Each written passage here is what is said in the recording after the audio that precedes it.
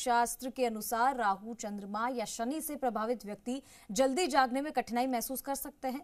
राहु और शनि जैसे कुछ ग्रह लोगों को रात में ज्यादा सक्रिय बना सकते हैं, जबकि चंद्रमा का प्रभाव 35 वर्ष की आयु के बाद मानसिक स्वास्थ्य को प्रभावित कर सकता है।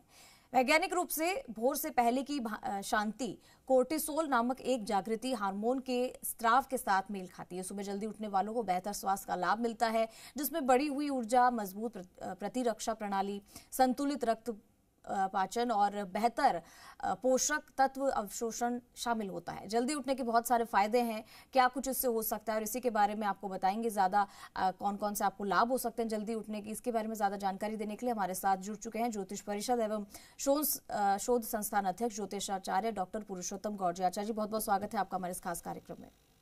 जी धन्यवाद। श्री राम जय राम, जय जय राम, मेरे राम की जय हो। तो अगर आपके मन में कोई सवाल या शंका है, आप हमारे साथ जुड़ सकते हैं। नंबर पर आप कॉल कर सकते हैं। हमारा नंबर है 0120-715-3787, 0120-715-3826। इन नंबर पर आप कॉल करिए और हमारे साथ जुड़िए इस कार्यक्रम में। और ज्यादा से ज्यादा कॉलर्स आज हमारे साथ जुड़े, इसी की हम उम्मीद करते हैं। आज का जो हमारा विषय है वो है जल्दी उठने को लेकर। सुबह जल्दी बहुत सारे लोग हैं जो नहीं उठ पाते हैं आचार्य जी। रात को मन बना के सोते हैं कि सुबह जल्दी उठना है, दिन की शुरुआत हम ऐसे करेंगे, मंदिर जाएंगे या फिर कुछ भी एक्सरसाइज कर सकते हैं, लेकिन सुबह उठा ही नहीं जाता है। लेकिन सुबह उठने के लाभ क्या है ये लोगों को नहीं पता है। देखिए, आपने बहुत अच्छा प्रश्न रखा है। जल्दी उठने से सतर्कता, बेहतर निर्णय लेने की क्षमता व्यक्ति की बढ़ती है और जल्दी उठने से आपकी नींद की गुणवत्ता में सुधार होता है। और हम ज्योतिषीय शास्त्र की बात करें तो जब खगोल विज्ञान हमारे भाग्य पर, सितारों और ग्रहों के प्रभाव पर गहराई से विचार करता है और ऐसा प्रतीत होता है कि आकाशीय पिंड हमारे दिन की शुरुआत करने के तरीके को आकार देने में एक भूमिका निभा सकते हैं। तो ज्योतिष के अनुसार जिन व्यक्तियों का जीवन राहु, चंद्रमा या शनि ग्रहों द्वारा शासित होता है, उन्हें सूर्य के साथ जल्दी उठने में चुनौतियों का सामना करना पड़ता है। और शीघ्र उठने पर ज्योतिषीय प्रभाव की बात करें तो ये माना जाता है कि राहु और शनि जैसे कुछ ग्रह रात के समय लोगों को अधिक सक्रिय बनाते हैं। इसके विपरीत चंद्रमा का प्रभाव रात के समय लोगों को भावनात्मक स्थिति को प्रभावित कर देता है। और ज्योतिषियों की सुझाव की बात करें तो 35 वर्ष की आयु के बाद मानसिक स्वास्थ्य पर इसका संभावित प्रभाव पड़ता है। और चंद्रश्री जी, दिलचस्प बात यह है कि ये अवधारणा वैज्ञानिक निष्कर्षों से मेल खाती है। ज्योतिषीय अवधारणा जो वैज्ञानिक है उससे भी मेल खाती है। जब प्रातः सूर्योदय से पहले अच्छी नींद आती है, पर आमतौर पर सुबह 4 बजे के बाद ताजगी भरी हवा चलती है और जल्दी उठ करके आप यदि इस हवा को लेते हैं तो कॉर्टिसोल नामक एक जागृति हार्मोन के स्राव के साथ ये मेल खाता है। सुबह जल्दी उठने के बहुत फायदे सभी जानते हैं। इसमें ऊर्जा के स्तर में वृद्धि होती है, मजबूत प्रतिरक्षा प्रणाली, संतुलित रक्त पीच और बेहतर पोषक तत्व अवशोषण शामिल होते हैं। लेकिन एक बात मैं जरूर बताना चाहता हूं कि ज्योतिषीय नजरिए से सुबह जल्दी उठने की क्रिया को देखना स्वास्थ्य और आपके मानसिक उत्सुकता जो है वो बहुत मजबूत बनती है। साथ में आप जल्दी जगने से घंटों को कई घंटे प्राकृतिक घड़ी के साथ आप रहते हैं, आपका ऊर्जा बैलेंस होता है। इसके साथ ही जो जल्दी उठते हैं वो भगवान की कृपा के पात्र होते हैं। जल्दी उठ करके और सूर्योदय से पहले उठ करके तारों की छांव में उठ करके स्नान आदि करना आपके बृहस्पति को बल देता है। और फिर पूजा पाठ करना, मंदिर में जाके दर्शन करना या फिर पार्कों में जाके घूमना या फिर लोगों से जाकर के सार्वजनिक स्थल और गार्डनों में जाकर के आप रमा क्षमा करना, तो आपके मन की उत्सुकता और मन की प्रबलता, मन की मजबूती को समृद्ध बनाता है। और धार्मिक आपकी जो है गतिविधियां शुरू होती हैं जल्दी उठने से। और संतान में भी संस्कार आते हैं, परिवार में संस्कार आते हैं। आपकी बातचीत का लहजा संतुलित हो जाता है, आपके शैक्षणिक कार्यों में आपको सफलता मिलती है, सेहत की सुधार होता है। तो इसके अनेक अनेक प्रकार के फायदे हैं, इसलिए जल्दी उठने की हम सलाह देते हैं और ज्योतिष भी हमारा सलाह देता है। जी जी, तो जल्दी उठने के कई सारे लाभ हैं जो आचार्य जी ने आपको बताया। कुछ कॉलर्स हमारे साथ जुड़ने शुरू हो गए, कि करके कॉलर्स को ले लेते हैं। आचार्य जी, सबसे पहले हमारे साथ जो कॉलर जुड़े, अपना नाम और अपना सवाल बताइए। नमस्ते गुरु जी। हाँ, नमस्कार जी। मुझे मेरी मम्मी के लिए जाना था। मेरी मम्मी का नाम है अंजू गोयल और मेरे जी पापा का भी 5 साल पहले नहीं रहे, तो अभी मम्मी है। मम्मी बहुत ज़्यादा बीमार रहती हैं और 6 महीने से हम डॉक्टर को भी दिखा रहे हैं, लेकिन कुछ डॉक्टर्स बोलते हैं कि ठीक है, कुछ नहीं बोलते। मतलब पता नहीं चल पा रहा है बेसिकली कि क्या हो रहा है। कभी बिल्कुल ठीक हो जाती हैं, कभी बिल्कुल खराब हो जाती है। तो कुछ ग्रह दोष है या कुछ और। क्या डेट ऑफ बर्थ है आपकी मम्मी का? 16 जनवरी रात को 3 बज के कुछ। नहीं, 16 जनवरी, आगे सन कौन सा है? सन 1967। और रात को 3 बजे का है? 3 बजे और मेरे को एग्जैक्ट पता नहीं है इसलिए। अच्छा, कोई बात नहीं। और जयपुर का है? जयपुर में। देखिए, आपकी मम्मी को विषुव बनता है 5वें घर में। शनि और चंद्रमा दोनों एक साथ होते हैं जो विषुव होते हैं। भाग्येश में बृहस्पति उच्च का बैठा हुआ है, शुक्र की महादशा है, बृहस्पति का अंतर है और शनि का प्रतंत्र है। तो आप ये माने कि जो शनि और चंद्रमा की युति हो रही है ये नुकसान करती है। आप कृपा करके और काले तिल 11.25 किलो मंगाएं और बेटी 11 किलो तिल को क्रश करके मिक्सी में उसमें थोड़ा घी डालें और थोड़ा बूरा डालें, तीनों को मिश्रण करके और मम्मी के ऊपर से उसार करके और एक मुट्ठी रोज पक्षियों को डालना शुरू कर दें। अवश्य आपकी मम्मी ठीक होगी और स्वास्थ्य भी ठीक होगा और सब चीज ठीक होगी। आप ये करिए, बहुत छोटी बात है। जी, अगले कॉलर का रुख करेंगे। अगले कॉलर जो हमारे साथ जुड़े, अपना नाम और अपना सवाल बताएं। हेलो जी हेलो जी जी जी बोलिए। बताइए ना। हेलो बोलिए ना, सब आपकी आवाज आ रही है, क्यों हेलो कर रहे हैं? प्रणाम बाबा। आओ आयुष्मान। हम बिहार गया से बोल रहे हैं बाबा। आपकी शादी हुई या नहीं हुई, अब पहले बताओ आप। जी आपकी शादी का प्रश्न जो है, आपका दूसरी शादी होना तय था, वो हुआ या नहीं? नहीं हुआ बाबा। क्या करते हो, आपका क्या मतलब, आपको जो हम बताते हैं वो करते हैं कि नहीं करते आप? इधर तो हम बाहर चले गए थे, इसलिए नहीं किए थे बाबा। हाँ, ये अच्छा किया आपने, सच बोला। नहीं, अधिकांश लोग सच नहीं बोलते हैं। आप अधिकांश अपनी बात बनाने के लिए असत्य भी बोल देते हैं, लेकिन जी ऐसे सत्यवादी व्यक्ति का निश्चित रूप से परमात्मा अच्छा करेगा। आपको निवेदन है कि आप अपने दूसरी शादी होने के लिए जो बताए गए प्रयोग थे उन्हें क्रियान्वित करें और नियम से करें, नियमित करें। अवश्य आपको लाभ होगा और आपके जीवन का एक हिस्सा मान के इस पूजा को करिए, क्योंकि जब पूजा आप करेंगे तो आपका अवश्य मनोकामना पूर्ण होगा। हमारी बताई गई पूजा सामान्य नहीं होती है। सभी दर्शकों से आप सुनते हैं कि मेरा ये काम हो गया, कोई कहता है मेरे बच्चा हो गया, कोई कहता है मेरी बेटी को इतने साल से संतान नहीं हुई, संतान हो गई, कई कहते हैं कि हमारा नौकरी लग गया, हमारा व्यापार चल गया, कई कहते हैं हमारे तांत्रिक प्रयोग कर रखे थे वो कट गए, हमारी बच्चों की शादी होने लग गई। तो अनेक प्रकार से जो आप सुनते हैं, लाखों की संख्या में हमारे दर्शक वो इसीलिए सुनते हैं। कभी किसी के बारे में आज तक पूछ तो जाते हैं, लेकिन कोई परिणाम नहीं बताता है कि हमारा ये काम हो गया, हमारा ये काम हो गया, हमारा ऐसा हो गया। कोई भी चैनल पे आप बैठ लीजिए, आपको प्रश्न करते हुए मिलेंगे, पर इस प्रकार के जवाब देते हुए कोई नहीं मिलेंगे।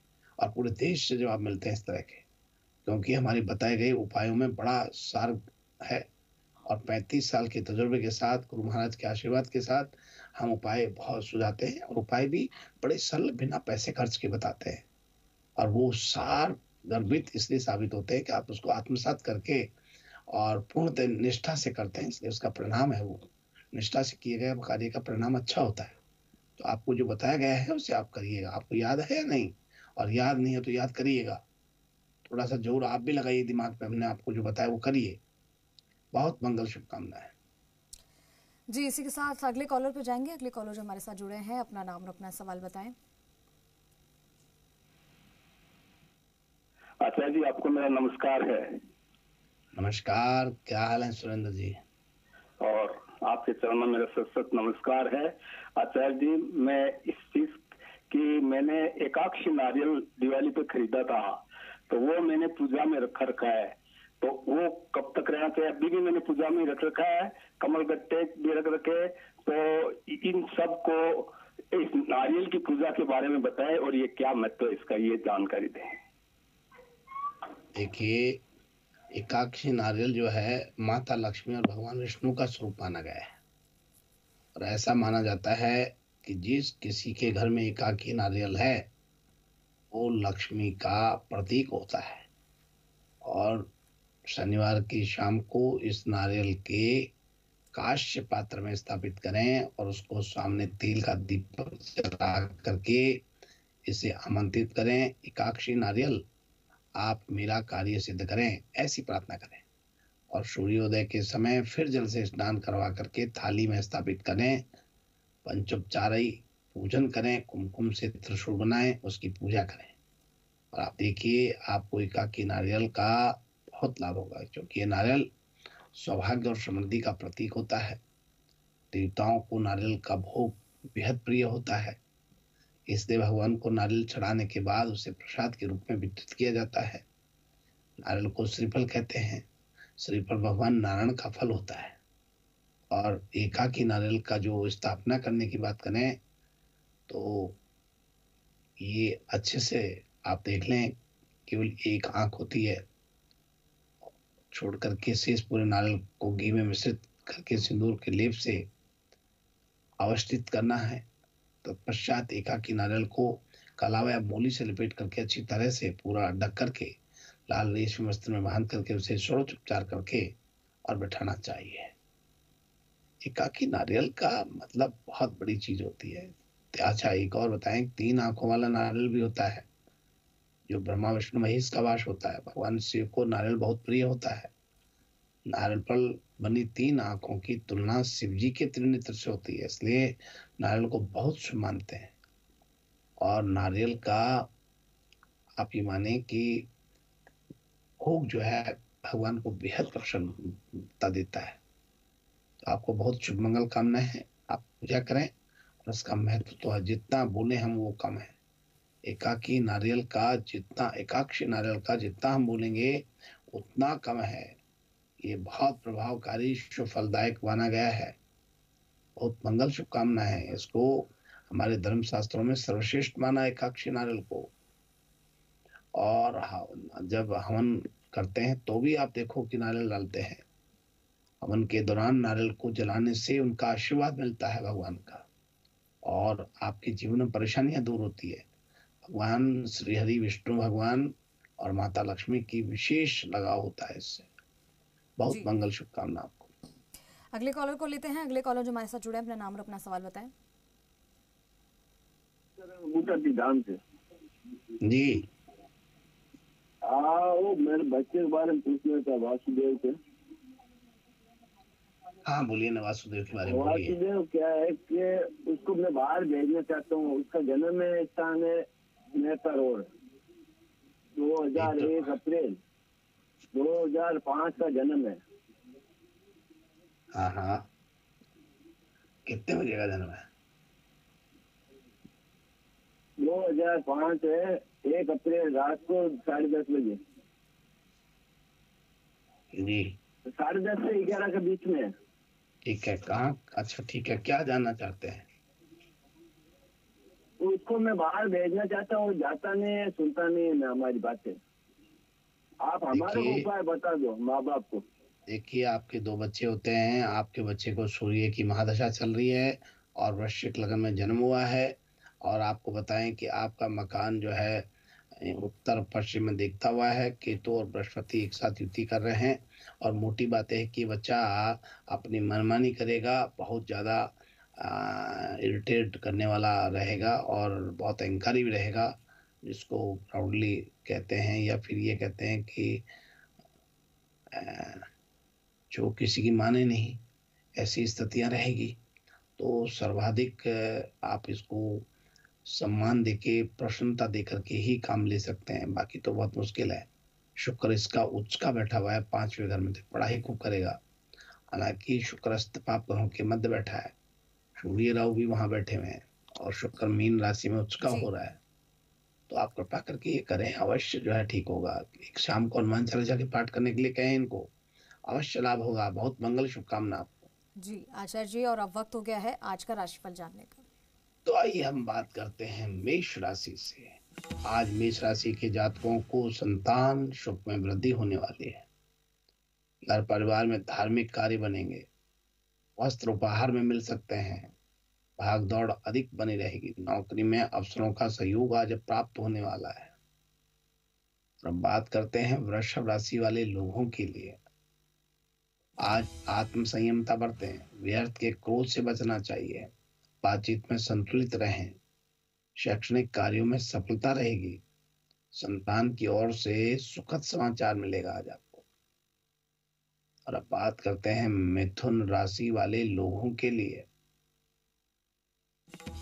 आज कला और संगीत के प्रति रुझान बढ़ेगा आपका, पारिवारिक जीवन सुखमय रहेगा, कारोबारी कार्यों में परिश्रम अधिक बना रहेगा, लाभ में वृद्धि के संयोग बनते हैं।